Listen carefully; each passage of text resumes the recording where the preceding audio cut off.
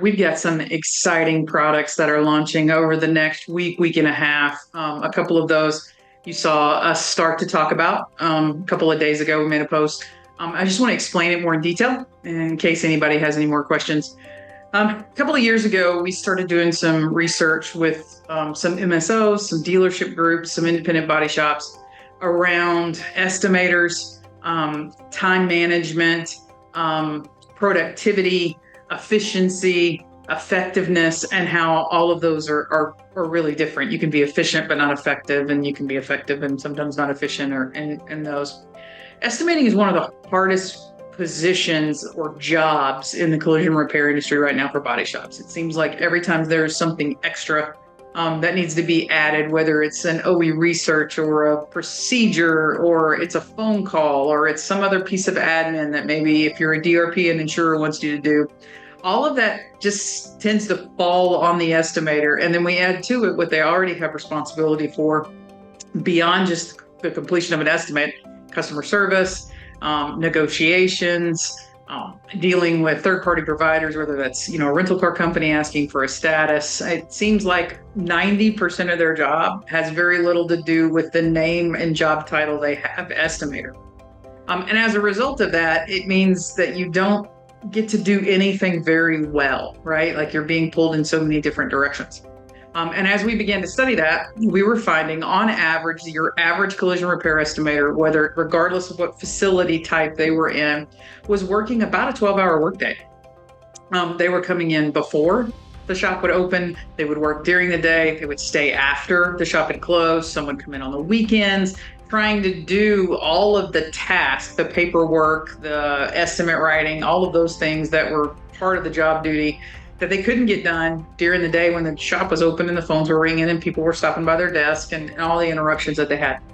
As we started to think about, what's the solution for that? Well, hiring more people isn't the solution. Profit margins left, what's on the table doesn't necessarily allow a lot of facilities to add additional labor, whether that's, what you think, a salary and benefits, and then where are you going to park them, and then where are you going to, all of those things. So the revenue didn't necessarily correlate to the adding of an additional staff. And with most businesses, when we get there, and the insurance industry is a great example of that, we begin to look at outsourcing. So where are some ways that we can find some help that are outside of staff, outside of the four walls of our building, that can alleviate some of the dams in production or some of the things that are going on? Well, in collision repair, it's really hard to outsource, right? Like I need people to physically touch the car, and I need a lot of different things. And so as we begin to explore that, with estimators particularly, the ability to outsource estimating and some of the processes of estimating became really critical to the almost survival function of that front office. And as we began to take that into different categories, we looked at repairables and total losses.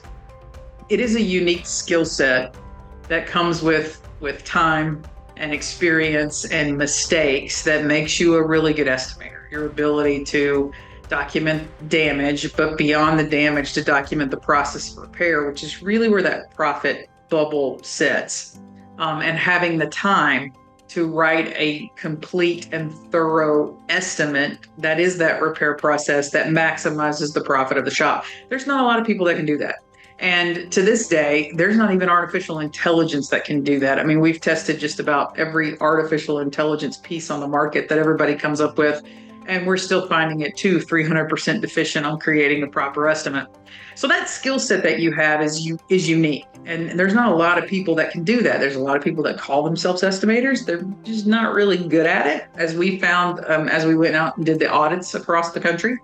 And then there's also that unique skill set of being able to take care of the customer, because our ability to negotiate and work with a customer is crucial to being able to negotiate a payment from a bill payer or an insurer at a later date. If I don't own that customer relationship, if I'm not taking care of it, if I'm not fostering it throughout the entire repair process, then when it comes time to get to the end where payment is critical, I may not have control of the best tool, which ultimately the customer is the best negotiation tool that I have. So I need to free up estimators to be able to deal with that and give it attention. In other words, maximize the profit on the repairables that are in the shop. one of the things that we started to look at was, well, what is total loss doing? Obviously, we're not repairing those cars. So how do we maximize a total loss? Well, obviously, we want to get fees. We want to get storage. We want to get all those things if I'm not in some DRP contract. But even if I am, the time that I have to devote to writing the estimate for the justification of the total loss takes away from my ability to work those repairables.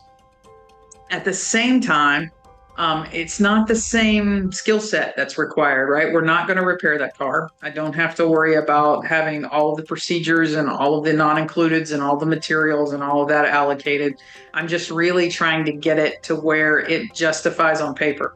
Now, sidebar to that, if I am in a DRP relationship, not only do I have to do that, but I really have to option that vehicle correctly. So how I upload that estimate and the options and inclusions and everything that I put on that, that's going to be what's used to base the total loss settlement offer on. And there's nothing more frustrating than making an offer to a customer to have them tell you that you didn't option their vehicle correctly. And it just starts a friction and a mistrust. So there's a lot of attention or emphasis put on from the insurers on ensuring that you get the options correctly. So there's a lot of admin responsibility with very little to no reward in the total loss department. So as we sat down and we worked with Crytek, and we got, National Coatings and Supplies, NCS, and Single Source, SSI involved in, what could we do that could help shops with this, even if you are a DRP?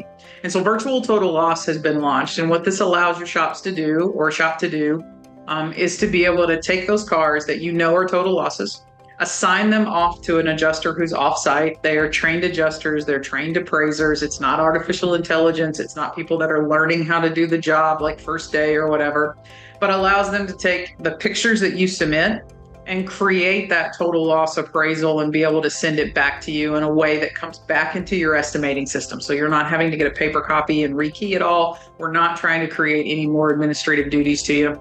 And one of the greatest features of it is that through some partnerships that Crytek has, we are able to access OEM build data off of the VIN. And that gives us access to trim packages, options, the things that just don't normally decode right now when you're in the estimating system. We'll be able to have all those by VIN. So even if you're not optioning the vehicle off the front the right way, and I know a lot of people struggle with options and finding them, and what's an important option to an estimator is completely different than what's an important option to a total loss adjuster on an insurance side. But those partnerships that Derek and the Crytek team have got will give us that OE build data, which I can tell you from my history in the insurer, OE build data makes total loss settlement way better, way more streamlined. You get the offer right or more accurate the first time that you offer that off. And then you're going to get that estimate back.